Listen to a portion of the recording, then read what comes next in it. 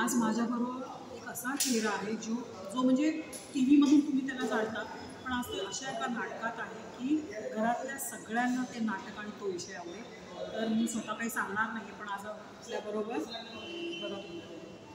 नमस्कार, मी अंकुर वाटते.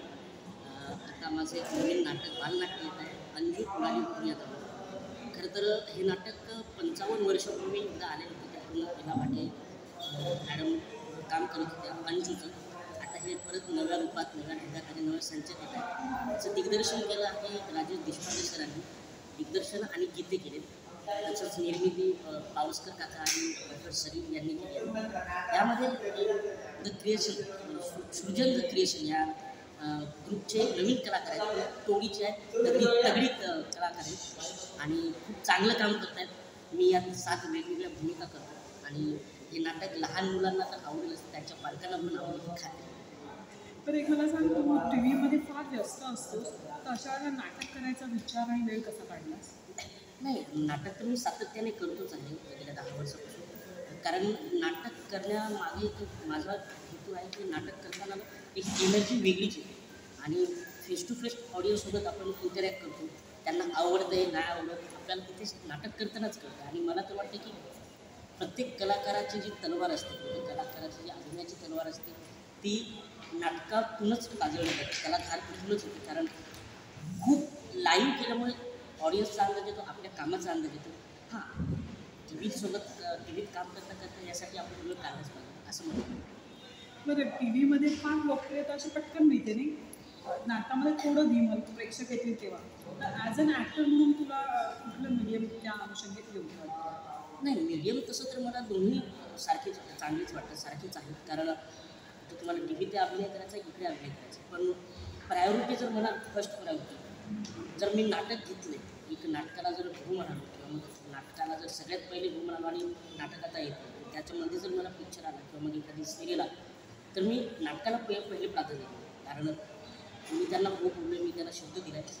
हां, जर ते टी व्हीवाले नाटक ॲडजस्ट करायला तयार असतील, पिक्चरवर नाटक ॲडजस्ट करायला तयार असतील, तर तुम्ही करायला.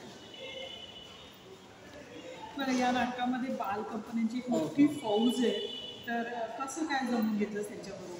नाही, मला ना लहान मुलांबरोबर काम करायला खूप आवडतं. कारण याच्या आधी पण एक मी बाल कलाकारांसोबत गाढवाचं लग्न हे नाटक केलं होतं.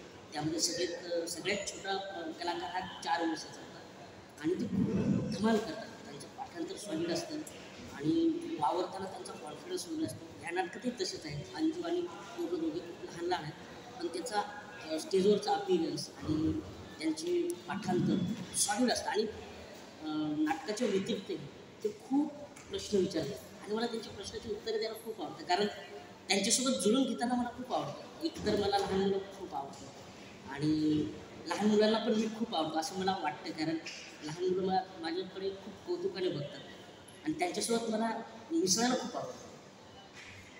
बरं, मला एक सांगशील, स्क्रीनग्राफीवर तुझा पहिलाच इंटरव्ह्यू आहे, एक मला तुझी थोडक्यात बॅकग्राऊंड सांगशील? बॅकग्राऊंड म्हणजे मी 2006 पासून नाटकात काम करतो. म्हणजे एकांकिका, दीर्घांक, 2 अंकी म्हणजे स्पर्धांमध्ये काम करत होतो. मी 2012मध्ये मुंबई विद्यापीठात नाट्यशास्त्र डिपार्टमेंटवर मास्टर केलं. 2014ला पासआउट झालं आणि त्यानंतर सगळ्यात पहिला प्रयत्न मला नाटकातूनच मिळाला. सर्किट हाऊस हे नाटक विजय केळकर सरांचं डिरेक्शन केलं आणि तिथून मग 51 नाटक आता हे माझं 8वं नाटक आहे. त्याचबरोबर टी व्हीमध्ये तुम्ही बघताच, चला हवं तर बघताच आहात, पण त्याच्या व्यतिरिक्त मी फक्त मराठीला पण 3 सिरियल केल्यात आणि बरेचसे सिनेमे पण केलेत, काही नाटकं लिहिलेत, काही डिरेक्ट केलेत आणि माझं काम चालू आहे सध्या. आता मी PhD पण करतो आहे नाटकावरच मुंबई विद्यापीठात. बापरे, किती वर्सिटाईल व्यक्तिमत्व आहे याचं. पण म्हणजे तू नाटक लिहितोस, पण दिग्दर्शन पण करतो, अभिनय पण करतो, खूप तिन्ही कामं महत्त्वाची आणि जबाबदारीपूर्ण आहेत. कसं काय जमवतं गणित? नाही, प्रत्येक वेळेस काय होतं, आता माझा लिखाणाचं स्पीड खूप कमी आहे. म्हणजे मी खूप आरामशीर आणि खूप वेळ घेऊन लिहितो. त्याच्यामुळे मी सतत लिहितो असं नाही. काही सुचलं तर लिहितो, काही सुचलं तर लिहितो. आणि जेव्हा डिरेक्शन करतो तिथे मी अभिनय नाही करतो. कारण डिरेक्शन करताना जर अभिनय करतो म्हटलं तर मग त्या नाटकावर आपलं लक्ष नाही. मग आपण फक्त अभिनयावरच कॉन्सन्ट्रेट करतो. कारण मला असं वाटतं की दिग्दर्शकाला नाटकाच्या सगळ्या बाजू माहीत पाहिजेत, सगळ्या बाजू पाहिजेत आणि सगळ्या बाजूवर त्याचं लक्ष पाहिजे. जर मी डिरेक्शन करत असेल तर मी फक्त डिरेक्शनचं अभिनय करत असेल तर फक्त अभिनयचं बरं. आता तू स्वतः दिग्दर्शक आहे, तू लेखकही आहेस. जेव्हा तू दुसऱ्यांच्या आधिपत्याखाली काम करतोस तर तुला कुठेतरी वाटतं की हे थोडं चुकलं, इथे सुधारणा करावी, असंच एक डोक्यात होतं, त्याला कसं हाताळलं? नाही. मी डिरेक्टरचा आहे, म्हणजे जे डिरेक्टर सांगतील ते मी कन्व्हिन्स करण्याचा प्रयत्न करतो स्टेजवर. मी कुठल्याही डिरेक्टरला हे चुकलं किंवा मला हे आवडलं नाही असं मी म्हणतच नाही, कारण डिरेक्टर हा पहिला ऑडियन्स असतो. नाटक त्याने इमॅजिन करून पाहिलेलं असतं आधी. सो ते डिरेक्टरच्या डोक्यात जे आहे ते आपल्याला स्टेजवर आणणं हे माझं काम आहे एक ॲक्टर म्हणून. हां, त्याच्यात जर मला काही सुचलं तर मी डिरेक्टरला फक्त विचारतो असं करून बघू का. जर डिरेक्टरला ते आवडलं तर डिरेक्टर ठेवतात, नाही आवडलं तर नाही. त्याच्यामुळे डिरेक्टरच्या मध्ये इंटरफेअर करणारा मित्र आहे. बरं, मला तर तुझ्या बॅकग्राऊंड असं जाणवतं आहे की अभिनय क्षेत्रात येणारा तो तुझ्या घरातून पहिला. आई बाबा भाऊ बहिणींची काय रिॲक्शन झाली जेव्हा ते तुला स्टेजवर किंवा पडद्यावर पाहतात? नाही, सगळ्यात पहिलं तर माझ्या मोठ्या भावानं मला खूप मारलं, भयानक मारलं. कारण माझा अभ्यास थोडाफार बरा होता. माझा भाऊ इन्स्पेक्टर आहे, MPSC म्हणून तो इन्स्पेक्टर झाला आणि त्याची इच्छा होती की मी पण MPSC द्यावी आणि क्लास 2 क्लास 1 काहीतरी एक जॉब करावा. कारण आपलं मिडियम क्लासचे जे लोक आहेत त्यांच्या डोक्यात फक्त हाच विचार असतो ना की आपण एक नोकरी केली की आपण सेटल झालो. सुरुवातीला जेव्हा मला अभिनय म्हणजे नाटकात जायचं हे माझं जेव्हा ठरलं तर माझ्या मोठ्या भाऊ खूप मारलं. आणि आईबाबांचं पण असं होतं की कसं जायचं, म्हणजे आपल्या अख्ख्या तालुक्यातून फक्त एक ॲक्टर म्हणजे अशोक लोखंडे नाव त्याचं. मी पाहिलंच असेल सोनपुरीमध्ये आलो, आता पण आता दियाबातीमध्ये पण काम करतात. सो बॅकग्राऊंडच नाही. आपल्याला ते काम कसं मिळेल काय मिळेल आईबाबांना साहजिकच प्रश्न पडतातच, कुठल्या आईबाबांना पडतातच. मी जेव्हा academy of theatre arts pass झालो तर मी घरच्यांना फक्त 1 वर्ष दिलं की मला 1 वर्षात जर कामं नाही मिळालं तर मी जॉब करतो. कारण माझं मराठीमध्ये पण MA झालं आणि नाट्यशास्त्रामध्ये पण MA झालं. सो तिथलं जर मी जिथे MA केलं मराठीमध्ये तिथले सगळे माझे लेक्चरर्स बोलले की तू आता नाट्यशास्त्रामध्ये शिकलास, जर तुला असं वाटत असेल की आपण शिकवावं तर आपल्या डिपार्टमेंटमध्ये आपण नाट्यशास्त्र डिपार्टमेंट सुरू करू, ज्याचं तू सांभाळ. म्हटलं काय हरकत नाही. आईबाबांना पण बोलू मला 1 वर्षात जर मला नाही कामं मिळाली तर मी येतो. पण त्या 1 वर्षात मला कामं मिळाली. पहिले सुरुवातीचे 6 महिने थोडे कठीण गेले, पण जेव्हा सगळ्यात पहिले माझ्या आईवडिलांनी माझं नाटक पाहिलं, स्टेजवर मला जेव्हा पाहिलं तेव्हा आईवडिलांनी मला जागर नाटक म्हणजे आम्ही स्कूलचं डायलॉग ज्या शिंदे ज्या जिल्हा त्या टाईप जागर नाटक. पण मोठ्या भावाला आत्ता गेलं झालं काही वर्षापूर्वी आम्ही दोघं वर्षानंतर भेटलो तेव्हा तो बोलला होता की अरे मला ना आता अंकुर वाढूचा भाऊ म्हणून ओळखतात माझ्या डिपार्टमेंटचं. मला आता कळतं की तुझा निर्णय योग्य होता.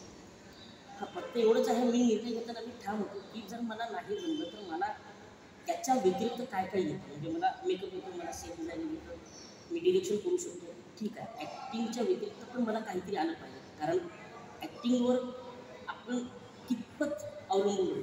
आपल्याला काम मिळेल की नाही याची शाश्वती नव्हती, कारण ज्या भागात बेबरोबर पण काम मिळत गेली आणि मिळत गेली ती वाजवत गेली, त्याच्यामुळे काम अजून मिळत गेली. त्यामुळे आता घरच्यांना खूप बरं वाटतं, आता फुल सपोर्ट आहे. तू कुठल्या गावचा आणि तिथे गावातल्या मंडळीचं काय म्हणणं आहे? मी पुसद म्हणजे यवतमाळ जिल्ह्यातलं पुसद तालुका आहे. तर पुसद तालुक्यामध्ये 45 किलोमीटरवर पांढरा केदारी नावाचं गाव आहे, जे विदर्भातलं शेवटचं गाव. 100 मीटरवर मराठवाडा लागतो नदीच्या पुढे. त्या गावात खूप छोटं गाव आहे, पण आता त्या गावात खूप प्राऊड फील करतात मला. म्हणजे मी गेल्यानंतर आधी पण होतंच, पण आता त्यांना खूप हे वाटतं येतं की आमच्या गावातलं आहे. आणि मला पण खूप आवडतं की गेल्यानंतर मी प्रत्येकाला म्हणजे त्यांच्या लहानपणी जसं मी बोलायचो त्यांच्यासोबत, जी लोक मला भेटायची, जी लोक माझ्या कॉन्टॅक्टमध्ये होती, मी अजूनही त्यांच्या कॉन्टॅक्टमध्ये आहे. त्यांना तसं बरं, चला हवा एकदा बंद झालं ॲज अ नाट्य म्हणून कसं वाटतं की एखादा सुप्रसिद्ध कार्यक्रम बंद नाही. काय झालं की खूप वर्ष सातत्याने तो कार्यक्रम चालत राहिला, 10 वर्ष. सो चॅनलने निर्णय घेतला की आपण ब्रेक घेऊयात. आणि आम्हाला कुठेतरी असं वाटतं की ब्रेक घेतलं ते कदाचित बरं आहे, कारण एका ब्रेकनंतर जेव्हा आपण परत येऊ तेव्हा आपला एक जोश वेगळाच असेल. कारण आता येणार आहे परत हवा परत चालू होणार आहे, पण हे ब्रेक मला वाटतं की हा गरजेचा होता आमच्यासाठी पण आणि ऑडियन्सच्या दृष्टीने पण. कारण सतत कंटिन्युअसली विदाऊट ब्रेक 10 वर्ष चालणारा हा कार्यक्रम, तर जर ब्रेक झाला आहे तर आता परत जेव्हा आम्ही येऊ तर कदाचित काहीतरी पॉझिटिव्ह एनर्जी आणि अजून जास्त प्रमाणात चांगल्या रीतीनं येऊन असणार. अंजू उडाली हो, त्याच्यानंतर काय होणार आहे? त्याच्यानंतर बरेचसे प्रोजेक्ट आहेत जे अडकलेले आहेत, ते येतील परत. एक मी मराठीमध्ये सुरू केली ॲज अ लीड ॲक्टर, ती पण आता येईल लवकरच. आणि हिंदीमध्ये एक वेबसिरीज केली, पॅरलल लीड कॅरेक्टर आहे, म्हणजे हिरोच्या बरोबरच काय काम आहे आणि खूप चांगली आहे ती वेबसिरीज. लवकरच ती पण येईल प्रत्येक OTT प्लॅटफॉर्म. काही डिटेल्स सांगशील वेबसिरीज आणि फिल्मबद्दल? नाही, दोन्ही पण कॉन्फिडेन्शियल आहे, कारण त्यांची अजून डेट फायनल नाही झाली रिलीज होण्याची, त्यामुळे मी नाही सांगू शकत त्याच्याबद्दल. कारण ते सांगणं आणि परत ते अजून पोस्टपोन झालं तर काय सांगता येत नाही, त्यामुळे त्याबद्दल मी काय सांगू शकतो.